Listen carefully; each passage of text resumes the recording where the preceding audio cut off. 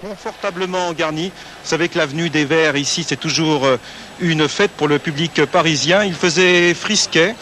Il a même plu, et cela 30 minutes avant le coup d'envoi et pendant toute la partie. Là, il y a toujours de mauvais plaisantins, ce qui fait que le début du match souffre pendant quelques minutes. Monsieur Vautreau a dû retarder le chrono pendant 3 ou 4 minutes. Cela n'empêche pas ici Paris d'attaquer d'entrée et d'avoir une bonne occasion ici avec ce tir de Poulain. On joue seulement depuis 2 minutes. Vous voyez qu'on commence à y voir clair. Quant à l'équipe de Saint-Etienne, elle attaque ce match franchement. On va voir ici Musquer donner un ballon à l'attaquant stéphanois Bénédet qui va effectuer un petit exploit technique. Vous voyez, il y a, je crois, en face Thierry Baconnier et puis Bénédet qui passe. Malheureusement pour les Verts, c'est Pascal Françoise qui a fait quelques petits tours sur lui-même et qui a complètement se manqué. Il faut dire qu'il n'était sans doute pas Pascal sur son bon pied. Paris maintenant qui attaque avec un ballon qui paraît complètement anodin. Malheureusement, les Verts n'arrivent pas à repousser. Jules Bocandé se bat comme un beau diable. Et finalement, l'attaquant du PSG a le dernier mot, 1-0. Pour l'équipe championne de France, on joue depuis 18 minutes. Il est tout heureux, Jules. Et pourquoi ? Eh bien, c'est qu'il marque son premier but au Parc des Princes de la saison et son 3e au total depuis le début du championnat. Alors qu'ici, on vient de voir justement un corner et puis le tir terrible, la frappe de Thierry Baconnier qui affiche le 2-0 dans un Parc des Princes où tout se passait on ne peut mieux pour l'équipe locale qui attaque encore ici et qui va bénéficier encore d'un bon ballon. Vous voyez que côté Vert, eh bien, on a du mal à dégager une attaque encore parisienne avec Vermeulen. Crimaud a rejoint Sébastien. Tout le monde manque le ballon, même les Parisiens. Heureusement pour les Stéphanois, un dernier tir ici de Poulain.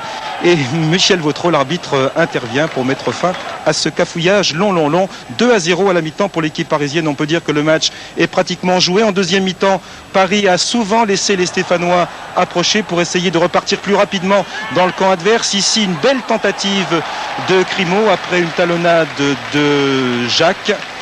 Jacques, c'est lui.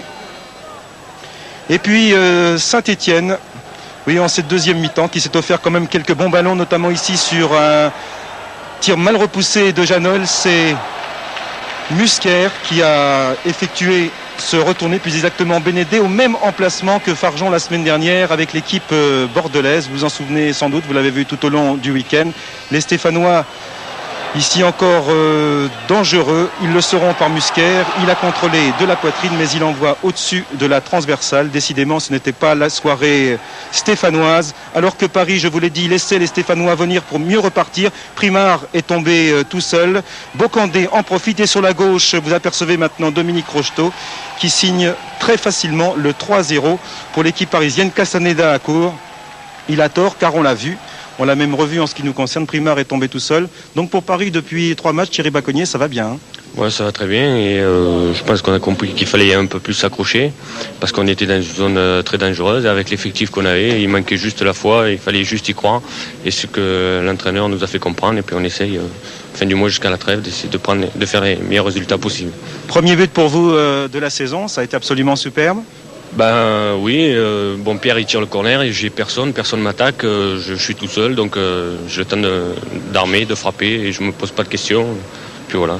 Alors bientôt la trêve, Paris Saint-Germain convalescent qui pourra revenir aux places européennes peut-être. Ben, si on continue depuis 3 matchs, je pense qu'on peut revenir dans le peloton pour être européen l'année prochaine. Enfin, c'est l'objectif du club. Alors ce changement depuis quelques rencontres, l'arrivée d'un ancien Martin, il fait pour beaucoup ? Il fait pour beaucoup parce que Fabrice était tout seul milieu défensif, il s'épuisait, il faisait l'essuie-glace et je pense qu'il ne pouvait pas faire ce travail à lui tout seul, donc il fallait rechercher un milieu. Avec Martin, ça va très bien, quoi.